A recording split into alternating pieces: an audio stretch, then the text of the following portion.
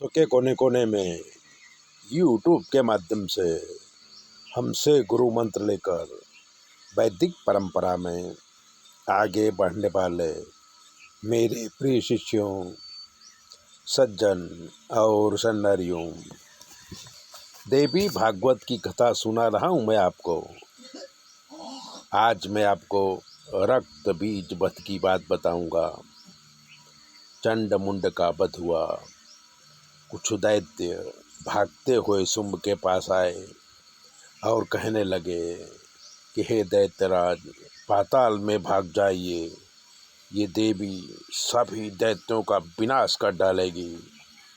शुंभ बहुत क्रोधित हुआ और कहने लगा कि एक अबला से डरकर हम भाग जाएं, यह बात मुझे स्वीकार नहीं है। शुंभ ने रक्त बीज को आज्ञा किया कि जाओ और उस अबला को परास्त करो। रक्त बीज अपनी बड़ी सेना लेके रवाना हुआ।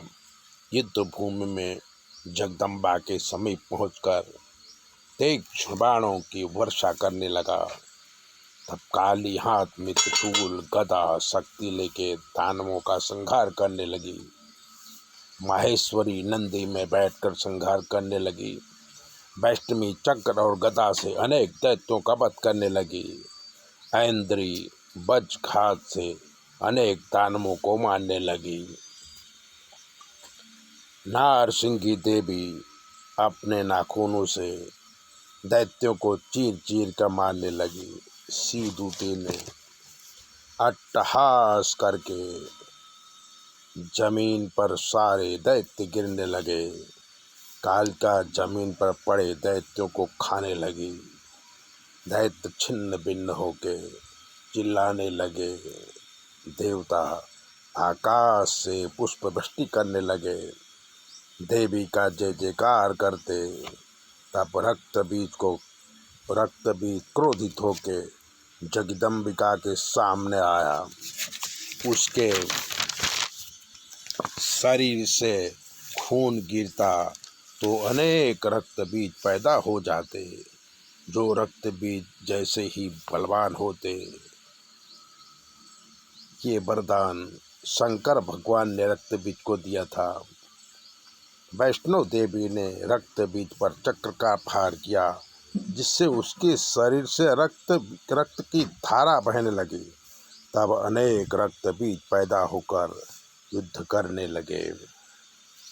तब माता ऐन्द्री ने वज्रघात किया तो बीज के शरीर से खून गिरने लगा, उससे भी अनेक रक्त बीज पैदा होने लगे। तब चंडिका ने क्रोधित होकर अनेक बाण मारे, जिससे और रक्त बीज पैदा हो गए। अनेक रक्त बीज माँ के साथ युद्ध करने लगे। देवता घबरा गए, माँ की प्रार्थना करने लगे।